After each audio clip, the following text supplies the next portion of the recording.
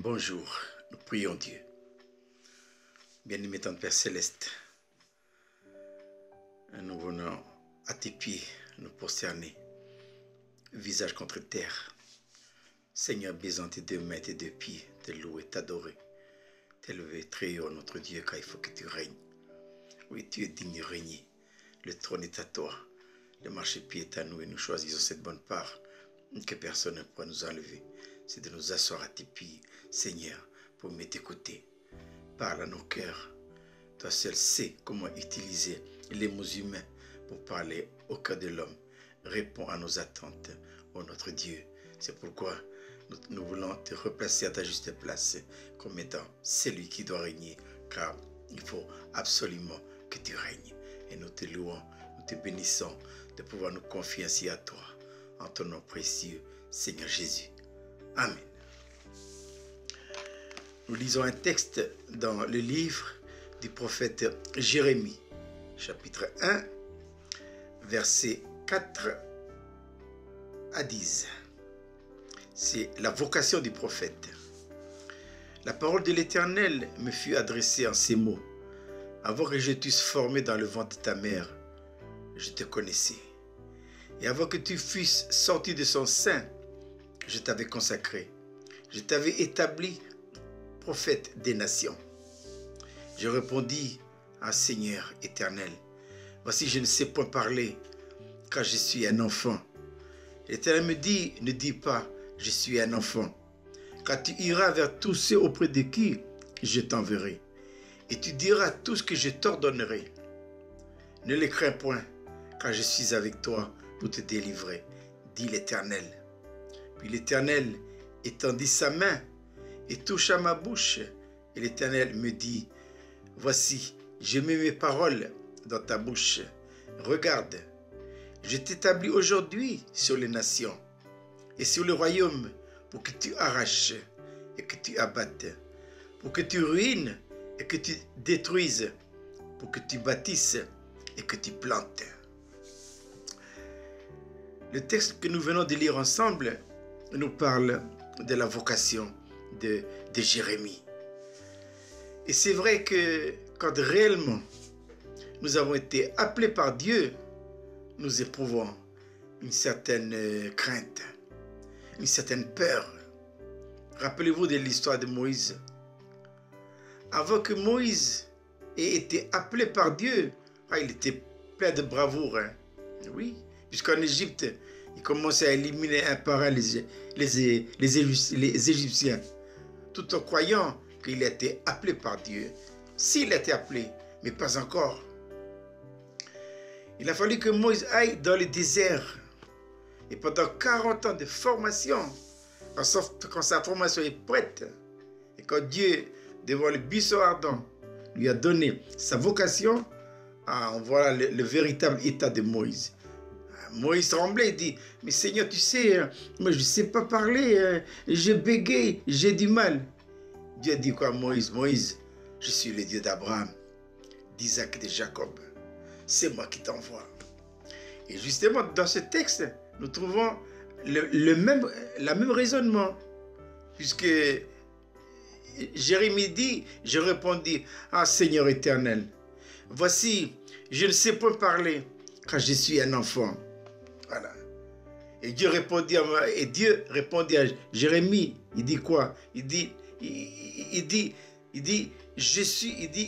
tu iras vers tous ceux auprès de qui je t'enverrai. Et tu diras tout ce que je t'ordonnerai. Voilà. Et la pensée que nous allons maintenant méditer ensemble, c'est cet encouragement, cette exhortation que Dieu donne à Jérémie. C'est Jérémie chapitre 1, verset 8. Dieu dit à Jérémie, ne les crains point, car je suis avec toi pour te délivrer. Dit l'Éternel, c'est Dieu qui dit. Il dit à Jérémie, il ne faut pas avoir peur d'eux. C'est vrai que quand on lit le ministère du prophète Jérémie, ça a été un ministère difficile, pénible. Ah oui, parce qu'il a pour mission de faire quoi? D'arracher, d'abattre, de ruiner, de détruire.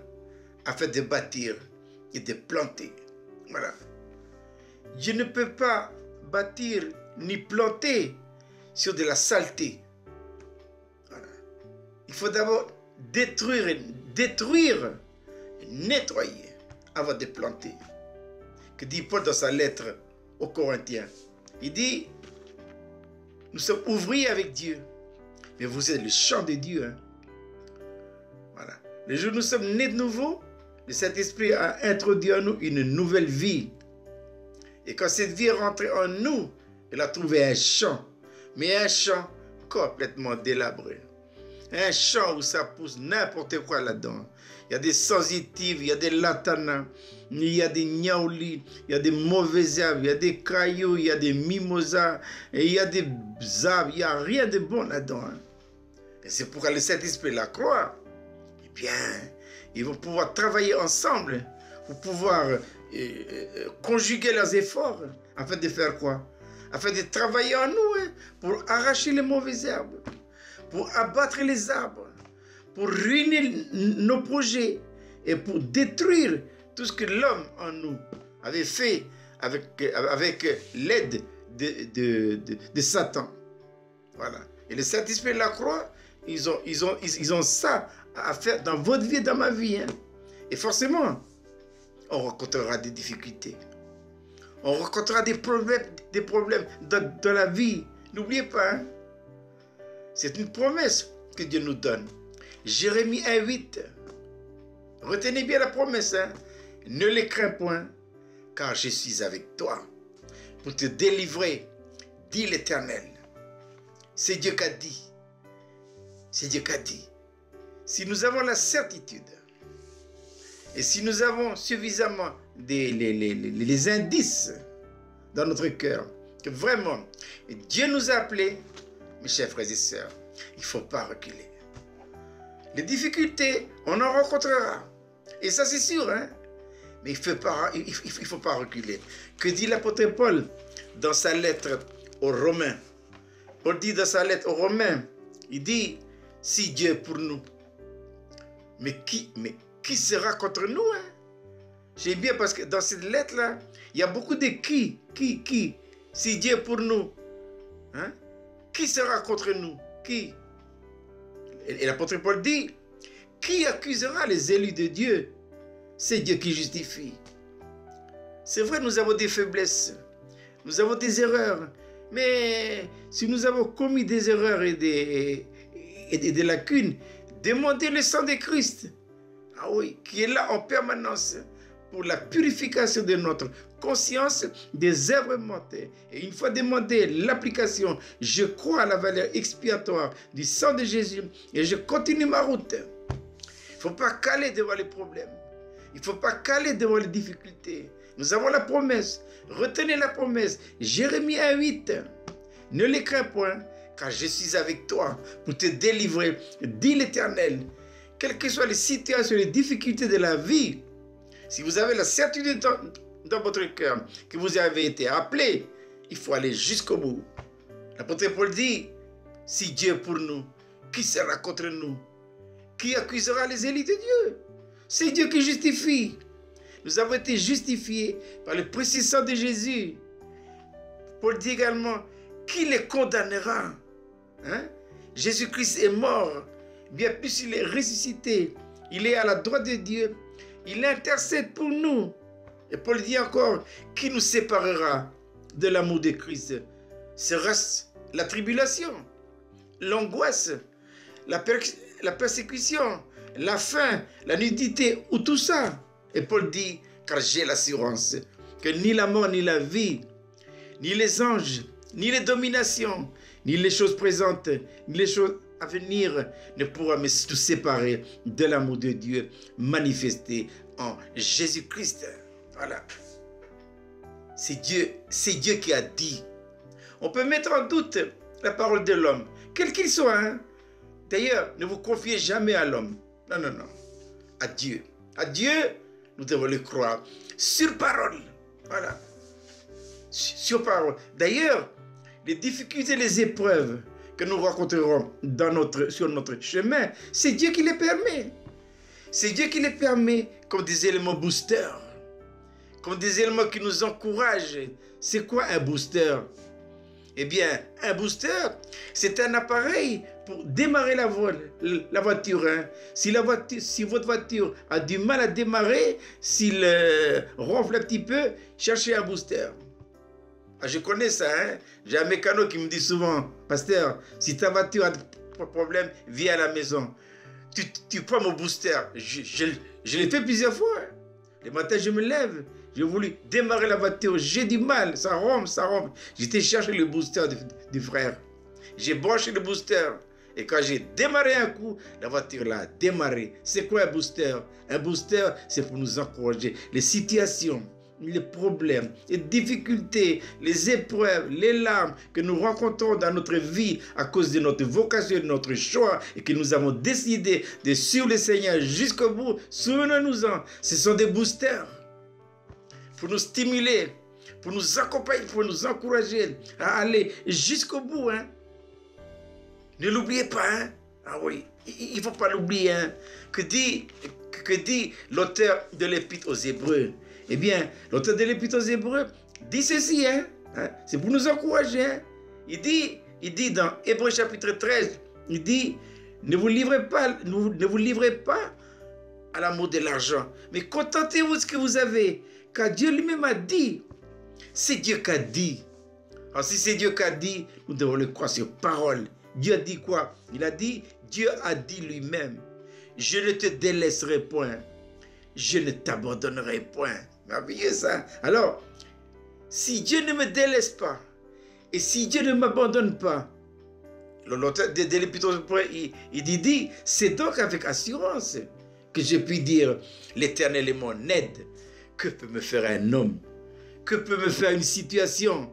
Les situations, les hommes, quels qu'ils soient, hein, c'est Dieu qui est au contrôle de tout. Mais oui, il est omnipotent. Jésus a dit quoi avant de partir à ses disciples? Il leur a dit, tout pouvoir m'a été donné dans le ciel, sur la terre, et j'ajoute sous la terre. Voilà. Et l'auteur de l'Épître aux Hébreux dit, il dit quoi? Souvenez-vous de vos conducteurs spirituels. Hein? Ceux qui vous ont amené l'évangile. Hein? Considérez quelle était la fin de leur vie. Imitez la foi. Et il termine en ces termes. Jésus-Christ est le même. Hier, aujourd'hui et éternellement. Voilà. Dieu dit à Jérémie, il ne faut pas avoir peur. Ne craignons pas les problèmes et les difficultés. C'est la normalité. C'est anormal. Si une vie chrétienne roule sur des roulettes, c'est pas normal ça. La normalité, c'est que nous rencontrons des problèmes et des difficultés dans la vie. Mais Jésus dit à ses disciples, hein, il leur a jamais dit, écoutez, je m'en vais, vous aurez une vie facile, c'est merveilleux, la vie chrétienne, elle est agréable. Non, il a dit, vous aurez des tribulations. Voilà. Et l'apôtre Pierre dit, hein, il dit quoi? Il dit, ne trouvez pas étrange d'être dans la fournaise. C'est votre part aux souffrances de Christ. Voilà.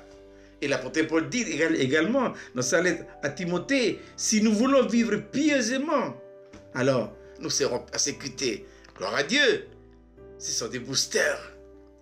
Serrez fortement dans votre cœur et dans notre cœur cette belle promesse que Dieu nous donne par la bouche du prophète Jérémie. Ne l'oubliez pas. Hein? Jérémie 1, 8. Ne les crains pas, car je suis avec toi pour te délivrer, dit l'Éternel. Que Dieu bénisse sa parole. Amen. Nous prions Dieu. Bien-aimé ton Père Céleste, nous voulons te remercier de ta parole. Seigneur, merci de cette belle promesse que tu nous as donnée dans Jérémie 1, 8. Ne les crains pas, car je suis avec toi pour te délivrer, dit l'Éternel. Seigneur, accorde-nous des grâces de te prendre au mot. Merci parce que tu es notre Dieu, mais tu es également notre Père. Ainsi, nous te louons, nous te bénissons de pouvoir te prier ainsi en ton nom précieux, Seigneur Jésus. Amen.